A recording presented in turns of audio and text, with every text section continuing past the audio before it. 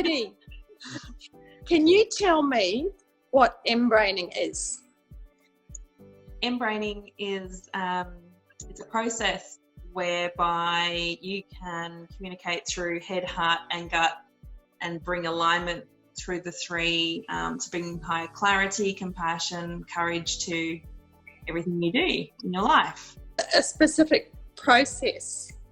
Yes. So two Australians, Grant Suslow and Mark Martin, were researching, they were talking about it together and researching for 6 years the link between, they noticed there was research on head, heart and gut separately on how the intelligence is there and how people use them in their life, but there was no link between them in all the scientific research that they were studying. So they also noticed, so they wanted to bring it in balance in there and show that when all three are in communication with each other and in alignment, then you have clear action and you have this balance that happens in your life. So this integration, basically. So MB stands for multiple brain integration techniques. So that's where the term mBraining comes from, because there's multiple brain. So if someone learns more about mBraining, how does it affect them? Like, how does it change the way that they live their life, their day-to-day life? So that's a great question. So there are different things that happen in our lives that prevent us from moving forwards. We may feel sick in the stomach when we don't want to take action on something, when it feels uncomfortable, and that's because it's out of alignment and we don't know how to then proceed. Or there may be, you may be in a leadership role in an organisation, for example, and you're going and thinking everything logically through and you're not connected through with your heart, so there's no compassion in the leadership. You're acting on your thoughts. So you've got a head and a gut connection, but you don't have a heart connection in there. So it brings more balance and alignment to every situation that you're in when you're able to bring an alignment to all three parts within yourself. Brings you higher clarity, more compassion, more courage, and together will also provide more wisdom. So you can operate at your highest expression through each. That will not just benefit yourself, but then and your own growth. It also has a flow and a ripple effect on those around you as well. Yeah, it's because some people just operate too much with their heart, don't they? Like they just work on their heart and their emotions almost too much because they just jump in and then they don't think about what they're doing. Yeah, it's interesting. I love how you just said that they jump in. So they're actually doing, they're taking action. So they're and they're not connected fully with their heart or their head. They're actually just thinking, they're just jumping straight in and taking that action. If it's emotions, then they're not thinking it through all the time and going, okay, well, how did this then affect other people and what are the consequences of that and all those ramifications, and then how can I also be my best version of myself? Actually they're not actually doing it from their heart, are they? If they're just jumping in and doing something, they're not using their heart, they're using their gut, they're going with a gut feeling, and they're the people that aren't really thinking about what they're doing. Yeah, and quite often you'll see people who, you hear that, jumping in and taking action without thinking about it. We've got lots of phrases in our language that give us clues as to which part of us is working and which part we are using, or which part maybe we're using in place of another area that perhaps we're disconnected from. So with mBraining, we also talk about that the disconnect that can happen. So between heart and head, for instance, we may have a disconnect, and we can work out ways to actually get them speaking to each other, get them actually agreeing on the same thing as well, and going, okay, now we're going to move in the same direction instead of being in opposition to each other. Otherwise you're fighting with yourself. Yes, yes. And quite often that we see that present as inaction, right? When people get offered an opportunity and then they don't actually act on it. They're too afraid, perhaps, they get that knot in their stomach and they don't, even though they feel it and they want to do it and they logically think it through as well, and everything up here is working, then in their gut, there's no follow through going on. Yeah, isn't that interesting? Yeah. It's a beautiful insight to have. Yes, and it just freezes people, so they just end up not taking any action. Yeah, absolutely. And that's another thing we talk about in the mBraining and the training as well, is we talk about the parasympathetic and the sympathetic nervous system and how that works. That's part of your autonomic nervous system. And we talk about how